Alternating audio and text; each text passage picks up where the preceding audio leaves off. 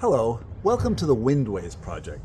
I'd like to tell you about this little story of this old house. This house was built in 1923, February 1923. Yes, it turned 100 years old this February. And because of that, we're restoring it. We're restoring it back to the way it was in 1923. It didn't have 18 coats of paint back then. It didn't have cracks in the wall. Everything was smooth. It all looked new. So we want it to look new again. But we're not going to do it by taking down the ancient lath and plaster and putting up drywall. No, we are going to put lath and plaster where lath and plaster was, and we're going to put old boards where old boards was. We're going to keep it as exact as possible to the way it was in February 1923. And to do this, we have Ron Marlett. He is a famous artist, usually uses a paintbrush and makes model ships, but today he is our master restorer. He's going to be doing this in great detail, and this show is going to show you how he and I together are going to restore this house. Ron, do you have anything to say about this? Yes, I'm very excited about this whole project of restoring this old house, and I'm looking forward to working with Anthony and seeing what we can do with the materials that we have. Right now, I'm busy in the main bedroom, which you'll see in a moment. Then we'll start painting, and that's where my talent comes in, really is. So I hope you enjoy this episode of the main bedroom. So welcome to Windways. This is a fantastic house. It's a beautiful house. But as you can see, time has taken its toll. The paint is literally flaking off the ceiling, and we even have plaster falling off the ceiling downstairs, which we will get to eventually.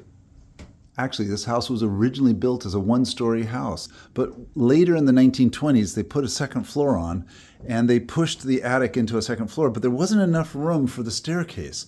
So the staircase has this very interesting little zigzag in it. As you can see, you have to sort of make this double right angle turn, and then you come upstairs. At the top of the stairs, we find the master bedroom to the right. This one is already under construction, and one of the things we're doing here is we're adding new storage. There was an eave here. The roof comes down at a 45-degree angle, and in here, nobody has been in here for 100 years. So we just opened up this area, and we're just going to use it for storage. As you can see here, there was some old repairs, but it was done with joint compound. That's the material used for drywall. So what I'm going to be doing is knocking that out so that we can replace it with plaster of Paris that they originally used. And to do this, I'm going to use an oscillating tool. And here we go.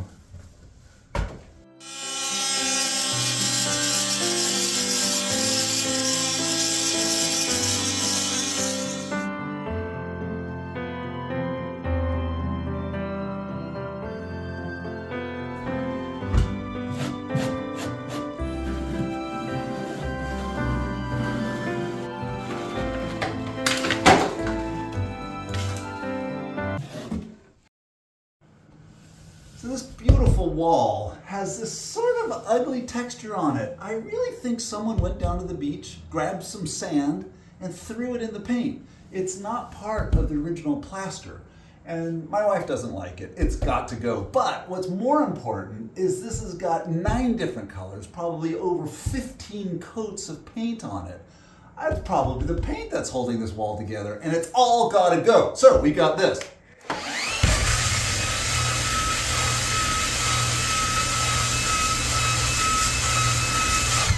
This is exhausting. It's taking forever to do this 1 square inch, and this happens.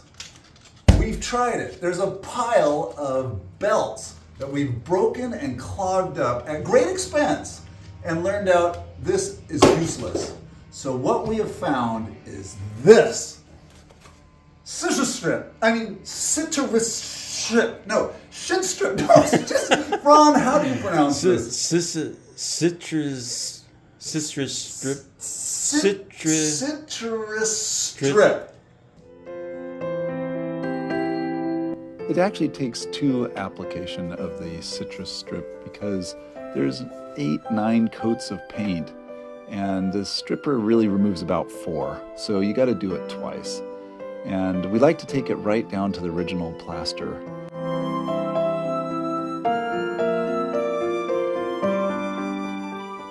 Well, it's been 24 hours since I applied the citrus strip paint stripper, and now I'm going to start removing all the 9 layers of paint that we have on the walls here.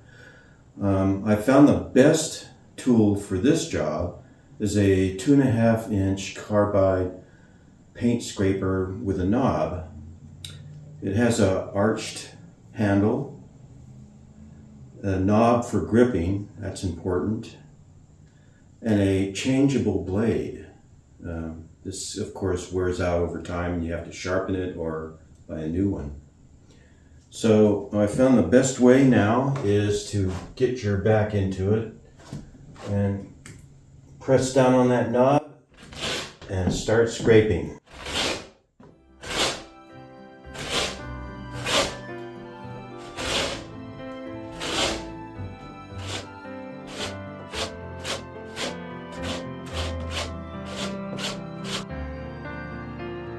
Sometimes the finish coat of plaster comes off and we just have to remove it. Anywhere it's not sticking well, we'll remove it and replace it later. It is a little sad to take down these 8, 9 coats of paint. There's 100 years of history in those coats of paint. People picked colors, painted the room, sometimes wildly different colors, and we're taking it all off. But I did keep a piece of the wall. I've kept a piece of the paint in the wall so that future generations could analyze the colors if they wanted to. It's not really optional. We have to remove all the paint because there may be imperfections that need to be plastered in the wall, or in the woodwork we'll have to bond to it. So we have to find out exactly what's going on so that we can fix it.